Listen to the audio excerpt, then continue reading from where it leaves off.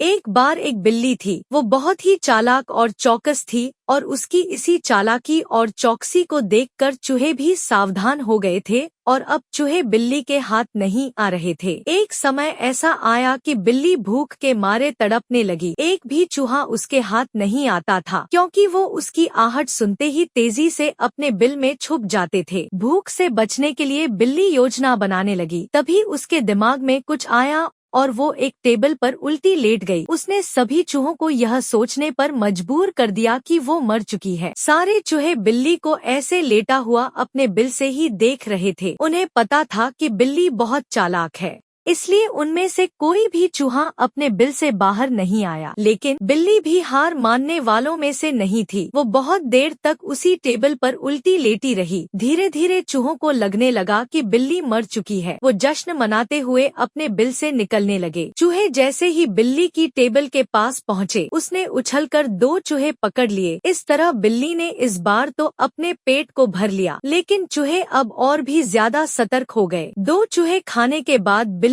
दोबारा भूख से तड़पने लगी क्योंकि चूहे अब बिल्कुल भी लापरवाही नहीं बरतना चाहती थे। इस बार पेट भरने के लिए एक बार फिर बिल्ली को योजना बनानी थी, लेकिन इस बार छोटी योजना काम नहीं आने वाली थी। इसलिए बिल्ली ने अब खुद को पूरे आटे से ढक लिया। चूहों ने सोचा कि वह आटा है और उसे खाने के लिए आ गए, लेकिन एक बूढ़े चूहे ने उन्हें रोक दिया। उसने ध्यान से आटा देखा तो उसे उसमें बिल्ली का आकार दिखने लगा। तभी बूढ़े चूहे ने हल्ला मचाना शुरू किया। उसने कहा, सब अपने बिल में चले जाओ, यहाँ आटे में बिल्ली छुपी है। बूढ़े चूहे की बात सुनकर सारे चूहे अपने बिल में चले गए। जब बहुत देर तक एक भी चूहा बिल्ली के पास नहीं पहुँचा, तब बिल्ली थकने की वजह से उठ गई। इस तरह बूढ़े चूहे ने सभी चूहों की जान बचाई।